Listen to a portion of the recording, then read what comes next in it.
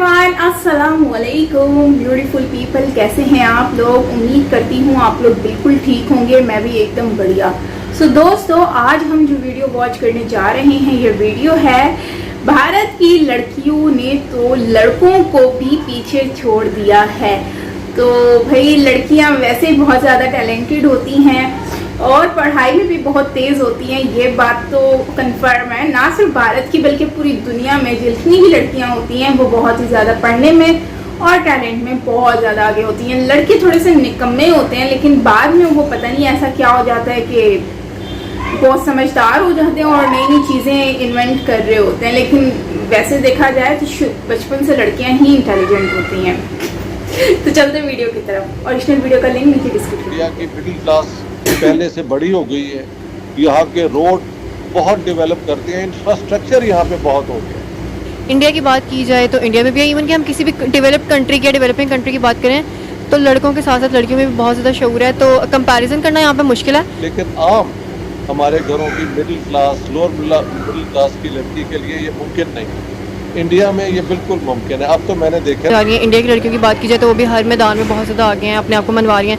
इनकी middle class भी पहले से बड़ी है, कपड़े भी बेहतर पहनते हैं। ट्रैफिक लाइट पे मैंने देखा है लोग बिल्कुल, हमारे यहाँ जो NGO हैं वो तो फॉरेन फंडिंग पे चलती है।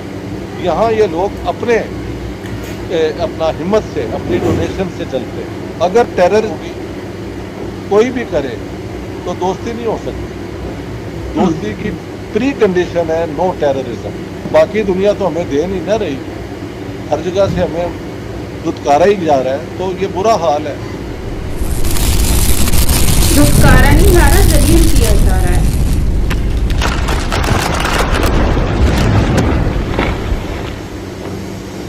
ये बताएं कि आप कितने अरसे के बाद विजिट कर रहे हैं इंडिया का, और आपने क्या चेंज देखा है अपने जो लास्ट विजिट था आपका और अब?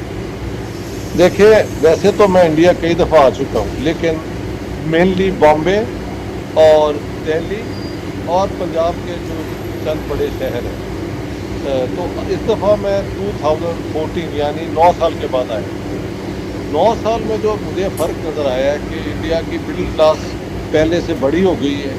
यहाँ के रोड बहुत डेवलप करते हैं, इंफ्रास्ट्रक्चर यहाँ पे बहुत हो गया। और यहाँ पे जो इंडस्ट्रियल डेवलपमेंट है ना इंडिया की, वो अगले आने वाले सालों में उसे कहते हैं WW रोस्टॉक की एक थ्योरी है, टेक ऑफ, कि जब एक मुल्क इतना इंडस्ट्रियलाइज कर लेता है, इंफ्रास्ट्रक्चर बढ़ा लेता है, तो फिर हवाई जहाज की तरह वो ऊपर को जाता है। तो इंडिया ये बात तो सही है। एक और बात शायद आपसे बात नहीं मैंने पहले नहीं की, आम हमारी जैसे middle class, lower middle class की लड़की हैं, जब चाहें रोड पे पैदल फिर सकती हैं, अकेली फिर सकती हैं, दुकानों पे जा सकती हैं, ऑफिस पे काम कर सकती हैं, वो स्कूटर पे, साइकिलों पे, हर जगह पे मैंने नज़र। ये सबसे बड़ा कंट्रास्ट है।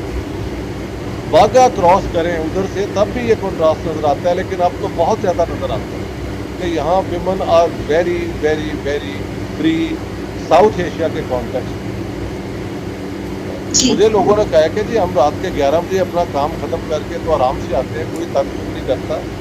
तो एक्सेप्शनल केसेस अपार्ट, औरतों की इमेंसिपेशन, लिबरेशन यहाँ पे हमसे बहुत आगे है। सबसे बड़ा तो ये मुझे नज़र आया कि वहाँ पे आपको ठीक है, अपर जो क्लास की लड़की है कार में यहाँ से वहाँ, इधर से वो, प्लाजा गए, हाजी शॉपिंग मॉल, दैट्स डिफरेंट। लेकिन आम हमारे घरों की middle class, lower middle class की लड़की के लिए ये मुमकिन नहीं। इंडिया में ये बिल्कुल मुमकिन है। अब तो मैंने देखा ना, मुंबई देख लिया, बहुत बड़ा शहर है, पुणे वो भी बड़ा शहर है, नासिक मीडियम शहर है, तो ये महाराष्ट्र, उसके बाद दिल्ली में मैं बड़े दिन रहा हूँ, और अब पूरा पंजाब देखा है। तो हर जगह पे ये एक चीज़ हिंदुस्तान की बहुत माया है। इनकी मिडिल क्लास भी पहले से बड़ी है, कपड़े भी बेहतर पहनते हैं। ट्रैफिक लाइट पे मैंने देखा है लोग बिल्कुल अपना ट्रैफिक लाइट के मुताबिक है।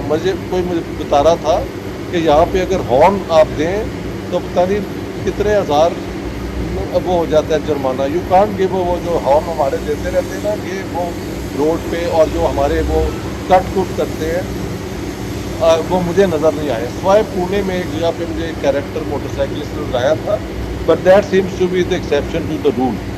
People are better educated, more inform, क्योंकि यहाँ जमहूरियत होती है तो सबकी ट्रेनिंग भी है, और पॉलिटिकल पार्टीज हैं, सोशल मूवमेंट बहुत है। मैंने देखा है जिस भी इंडियन को मैं मिला हूँ, जिस भी मज़हब का वो हो, अपने काम के अलावा स्पेयर टाइम में जाके कहीं ना कहीं खिदमत जरूर करता है। अस्पतालों मतलब में, एक्स्ट्रा टाइम ट्राइबल लोगों में, बैकवर्ड कम्युनिटीज़ में, औरतों के अंदर, मुसलमान इलाकों के अंदर, तो ये जो काम हो रहा है ना वॉलंटरली, हमारे यहाँ जो NGO हैं वो तो फॉरेन फंडिंग पे चलती है, यहाँ ये लोग अपना हिम्मत से, अपनी डोनेशन से चलते हैं। तो तभी इंडिया की फॉरेन पॉलिसी की तो पाकिस्तान भी तारीफ होती है ना, डॉक्टर अपना जयशंकर की, कि उन्होंने ये स्टैंड लिया, वो लिया। अब आप बोलो सवाल। डॉक्टर साहब, आपने इंडिया की जबरदस्त पिक्चर जो है वो खींची है। ये जो सर दो बातें इसमें से जो मेरा सवाल है, एक तो आपने जो खवातीन के हवाले से बात की ना कि जो औरतों की आज़ादी और जो हम देख रहे हैं कि उनकी प्रैक्टिकल लाइफ में जो उनकी पार्टिसिपेशन है, वो जब मैं कुछ साल पहले अमृतसर गई थी तो तब मुझे भी ऐसा महसूस हुआ कि हमारे मुल्क की खवातीन और वहाँ के उसमें एक बहुत बड़ा फर्क है, और जो रहन सहन है उसमें भी, और उनकी वहाँ की आज़ादी में घूमने फिरने की भी। अच्छा, फिर इसी तरीके से कुछ अर्सा पहले जब मैं नेपाल गई तो वो भी कॉन्फ्रेंस के लिए गई थी, पहले भी मैं कॉन्फ्रेंस के लिए, तो वहां पर मैंने ये देखा कि हालांकि डॉक्टर साहब वहां पे इतनी गुर्बत है नेपाल में कोई वो, लेकिन इसके बावजूद जो बहुत जमीन पर बैठकर बेचने वाले, काम करने वाले, वो भी सारी खवातीन, जबकि हम अपने नेपाल में जी। अच्छा, एक और बात शायद करता जाऊँ कि यहाँ पे मुसलमानों से भी मेरा इंटरेक्शन हुआ है। ईद मिलादुल नबी पे मैं गया था, ईद मिलादुल नहीं अपनियों को तो घर में रखते ईद हैं मिलन पार्टी, ये जब मैं शुरू में आया था तो मुसलमानों के साथ पॉलिटिकल जो झगड़े हम सुनते हैं, ये वो, उस पर मैं बात नहीं करना चाहता, लेकिन जो मुझे सोशल अचीवमेंट नज़र आ रही है कि पढ़े लिखे मुसलमानों को भी यानी आगे आने का चांस दिया जा रहा है।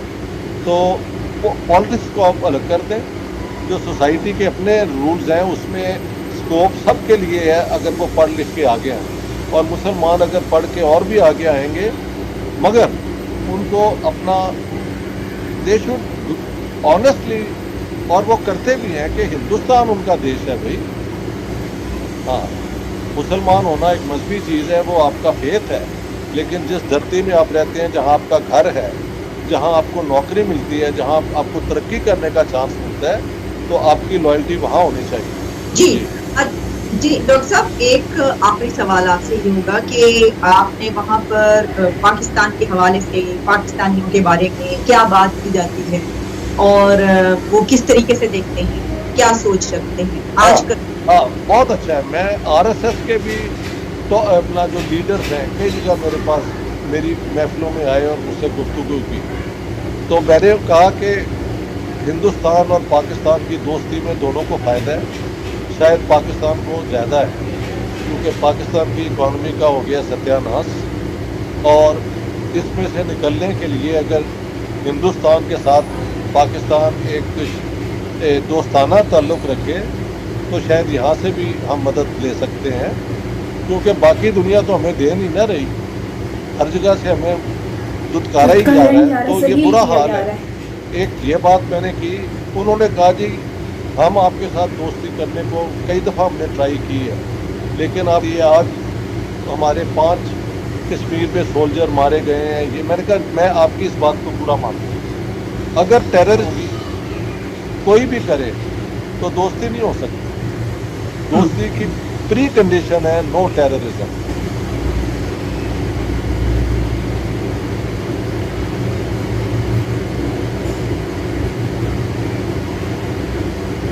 तो यहीं पे वीडियो एंड होता है दोस्तों, और आपने देखा कि भारत में जो है लड़कियों की जो लाइफ है वो काफ़ी डिफरेंट है एज़ कम्पेयर टू पाकिस्तान, क्योंकि वहाँ पर लड़कियाँ जो हैं उनको ज़्यादा आज़ादी हासिल है एज़ कम्पेयर टू पाकिस्तान। वैसे ऐसा नहीं है कि पाकिस्तान में लड़कियों को आज़ादी नहीं है, आप मुझे काफ़ी सालों से जानते हैं, तो लाइफ में मैं ट्रैवल भी करती हूँ, हर चीज़ कर रही हूँ। जो हिजाब वगैरह कोई मस्त नहीं है कि मैंने लाजमी पहन के बाहर जाना है। जॉब्स वगैरह भी लड़कियाँ यहाँ पर कर रही हैं। इवन दो जब से आप टिकटॉक आया है, सोशल मीडिया के थ्रू भी आप देख सकते हो कि लड़कियाँ जो हैं वो ड्रेसिंग वगैरह किस टाइप की कर रही हैं, और डांस वगैरह, singing, each and everything is going on here in Pakistan.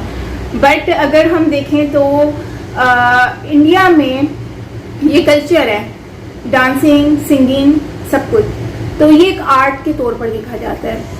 तो it's a part of tradition हम कह सकते हैं, it's a part of culture कह सकते हैं।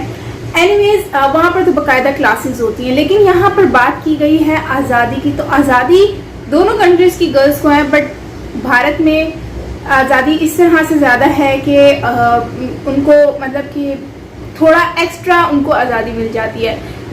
तो अगर उसके अलावा देखें तो इंडिया में जो सोच है वो काफ़ी ज़्यादा लिबरल है, काफ़ी ओपन माइंडेड लोग हैं। वहीं पर ही हमारे यहाँ पर लोग कहते हैं हाँ ऐसा नहीं करो, अच्छा नहीं लगेगा, मतलब एक वो तहजीब वाला मतलब कि वो बाउंड्रीज बनाई हुई होती हैं। तो ये थोड़ा सा डिफरेंस है। बाकी ड्रेसिंग में अगर हम देखें तो हमारे यहाँ पर जैसे आपका स्टमक नज़र आ रहा है तो वो पेट नज़र नहीं आना चाहिए, बेली नज़र नहीं आनी चाहिए, जबकि इंडिया में जो है वो आप मतलब कि ड्रेसिंग थोड़ी सी ऐसी हो जाती है जिससे आपकी बेली भी नज़र आती है, आपकी कमर भी नज़र आ रही होती है, पर उसमें इतना कोई इशू नहीं आता। लेकिन हमारे यहाँ पर ड्रेसिंग की जाए तो उसमें कहते हैं हाँ ये क्या। तो वहाँ पर ही अगर हम देखें, जैसे आलिया ने कहा कि इंडिया में नेपाल गई, नेपाल में औरतें ज़मीन पर बैठकर सेल कर रही हैं, मतलब मोस्टली वुमेंस थी।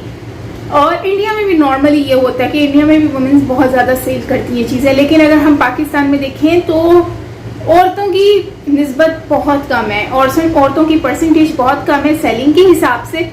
लेकिन अगर हम देखें तो औरतें मेहनत तो करती हैं यहाँ पर पाकिस्तान में, लेकिन ऑफिस जॉब्स करती हैं, इस टाइप की जॉब्स करती हैं। लेकिन अगर हम रोड स्ट्रीट वेंडर्स की बात करें तो रोड पे आपको औरतें नज़र नहीं आएंगी, बहुत कम नज़र आएंगी, क्योंकि उसकी वजह शायद ये है कि हमारे यहाँ पर जो लोग हैं वो मोस्टली सोचते हैं कि यार भूखे मर जाओ, पर औरतों से काम नहीं करवाना बाहर का, तो घर का काम है वो घर का चूल्हा संभालें बस। ये भी एक उनका कॉन्सेप्ट है। लेकिन मैं समझती हूँ कि आज का जो दौर चल रहा है उसमें औरतों को भी हस्बैंड्स के साथ मिलकर काम करना चाहिए, और आपको अपना इतना माइंड ओपन रखना चाहिए कि भाई आप जो है मेहनत करो, आप बच्चों की अच्छी एजुकेशन करो, डाउन नहीं करो खुद को, ठीक है। और जो है इसमें कोई शर्मिंदगी की बात नहीं। अगर वाइफ बाहर का काम करती है तो आप घर में वाइफ का हेल्प कर दो, खाना बनाने में हेल्प कर दो, मिलजुल कर काम कर लो। लेकिन इससे क्या है कि आने वाला वक्त भी अच्छा होगा, आपके बच्चों की एजुकेशन पे भी असर नहीं पड़ेगा, और आपकी पॉकेट भी खाली नहीं होगी, फ्रेंडली रहेगी। तो मेरा तो यही मानना है कि कोई इसमें नहीं है। लेकिन इंडिया में मैंने देखा है कि औरतें भी अपने फैमिली हस्बैंड्स की हेल्प करती हैं, सपोर्ट करती हैं। वहीं पर ही पाकिस्तान में औरतें करना चाहती हैं, लेकिन उनको फिर मना कर दिया जाता है ज़्यादातर। जैसे विलेज में हो गया, पंजाब साइड पे हो गया, कराची में फिर भी लोग जॉब कर लेती हैं औरतें, लेकिन हमारे पंजाब साइड पे जो लोग हैं ना वो लोग जॉब नहीं करने देते औरतों को। हाँ, जो बहुत ज़्यादा गरीब लोग हैं फिर वो तो उनकी मजबूरी बन जाती है, तो वो लोग फिर कर लेते हैं। बाकी बिजनेस वुमेन्स हैं यहाँ पर, बिजनेस जॉब्स, ऑफिस जॉब्स करती हैं लड़कियाँ। ऑफिस की जॉब तो बहुत ज़्यादा करती हैं, कॉल सेंटर्स की जॉब करती हैं, बहुत सारी जॉब्स हैं। तो सेफ्टी के हिसाब से अगर हम बात करें तो मैं समझती हूँ औरत किसी भी कंट्री में सेफ नहीं है। अगर हम सेफ्टी के हिसाब से देखें, वैसे नो डाउट इंडिया का मैंने जैसे बताया कि इंडिया बहुत ज़्यादा ओपन माइंड है, तो उसमें अगर कोई जाता भी है तो उसको संभाल लिया जाता है। लेकिन मैं आपको फ्रेंडली बता रही हूँ कि देखो, मैंने क्राइम कंट्रोल देखा है तो उसमें मैंने ये देखा कि यार जो है ना उसमें अक्सर क्राइम्स आ रहे होते हैं जिसमें वुमेन्स के साथ ना कुछ उल्टा हो रहा होता है। तो आई डोंट नो कि वो रियलिटी बेस्ड है या फिर फेक है। अगर वो रियलिटी बेस्ड है तो फिर इस चीज़ को एक्सेप्ट करना पड़ेगा कि क्राइम हर जगह पर होते हैं, फिर भले वो पाकिस्तान हो, भले वो इंडिया हो, भले वो अमेरिका हो। तो कहने का मतलब ये है कि अगर इंडिया गर्ल्स के हिसाब से सेफ है तो बहुत अच्छी बात है, मैं खुद वहाँ पे विजिट करना चाहती हूँ, ट्रैवल करना चाहती हूँ। और ये आप मुझे बताएं, क्या मैं अकेली अगर इंडिया आऊँ तो क्या मेरे लिए ये सेफ़ होगा ट्रैवल करना? ज़रूर बताएं, और अगर होगा तो किन किन सिटीज़ में होगा। और बाकी मिलते हैं नेक्स्ट वीडियो के साथ। अपना बहुत सारा ख्याल रखिएगा दोस्तों। Till then take care, lots of love and bye bye.